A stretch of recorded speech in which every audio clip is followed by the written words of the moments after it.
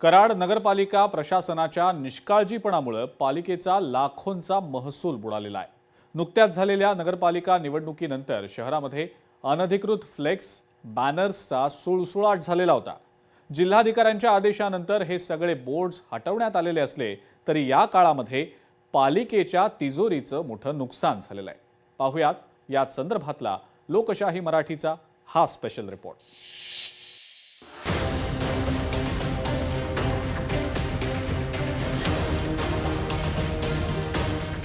कराड महानगरपालिकेचा लाखोंचा कर बुडाला। विनापरवाना बॅनरमुळे कराड शहर विद्रूप। अखेर पालिकेनं अनधिकृत फ्लेक्स हटवले। कराड नगरपालिकेची निवडणूक पार पडल्यानंतर विजयी उमेदवार आणि त्यांच्या उत्साही कार्यकर्त्यांनी संपूर्ण शहरात शेकडो बॅनर्स उभे केले होते। विशेष म्हणजे या बॅनरसाठी नगरपालिकेकडून कोणतीही रीतसर परवानगी घेण्यात आली नव्हती। या अनधिकृत फ्लेक्समुळे ऐतिहासिक कराड शहर विद्रूप दिसत होतं। अखेर काही सामाजिक कार्यकर्त्यांनी या प्रकरणी जिल्हाधिकाऱ्यांकडे तक्रार केली। जिल्हाधिकाऱ्यांनी या प्रकरणाची गंभीर दखल घेत कारवाईचे आदेश दिले आणि अहवाल सादर करण्यास सांगितलं।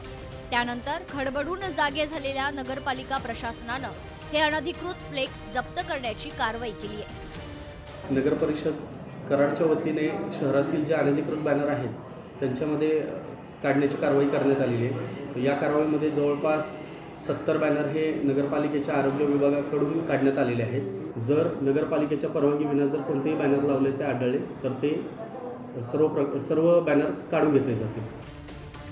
नगरपालिकेच्या नियमांनुसार शहरात 8 बाय 10 फुटांचा एक बोर्ड लावण्यासाठी दिवसाला 625 रुपये फी भरावी लागते। मात्र गेल्या 10 दिवसात कराडमध्ये लागलेल्या शेकडो अनधिकृत बॅनरची कोणतीही फी पालिकेकडे जमा झाली नाहीये। प्रशासनाच्या या ढिसाळ कारभारामुळे पालिकेचा लाखो रुपयांचा महसूल बुडालाय। यावरून सामाजिक कार्यकर्ते प्रमोद पाटील यांनी प्रशासनावर सडकून टीका केली। जर नवीन सत्ताधारी बॉडी बसण्याआधीच मुख्याधिकारी दबावाखाली काम करत असतील तर पुढील 5 वर्षात शहराचं काय होणार असा संतप्त सवाल त्यांनी उपस्थित केलाय। वेगळं पण असं करायला दिसलं की हे फ्लेक्सचं गाव आहे का काय, फ्लेक्सचं शहर आहे काय। त्या संदर्भात काही सामाजिक कार्यकर्त्यांनी जिल्हाधिकारी महोदय यांच्याकडे तक्रारी सुद्धा केल्या। आता ह्या सर्व गोष्टी बघता गेल्या 8-10 दिवस झाले हे फ्लेक्स कराड शहरामध्ये दिसत होते। तर त्या गोष्टीतून आपल्या महाराष्ट्र शासनाचा लाखो रुपयाचा महसूल बुडाल्याचं दिसलं आपल्याला। तर प्रशासनाला विनंती की कुणाच्याही दबावाला न बळी पडता योग्य कारवाई करावी व शासनाचं होणारं नुकसान टाळावं। एकूणच कराड नगरपालिकेची आर्थिक स्थिती आधीच हलाखीची असताना प्रशासन अशा प्रकारे उत्पन्नाच्या स्रोतांकडे दुर्लक्ष करत असेल तर भविष्यात पालिकेच्या तिजोरीत खडखडाट व्हायला वेळ लागणार नाही। सत्तेच्या दबावापुढे नियम वाकवले जात आहेत का असा प्रश्न आता सामान्य नागरिकांना पडलाय।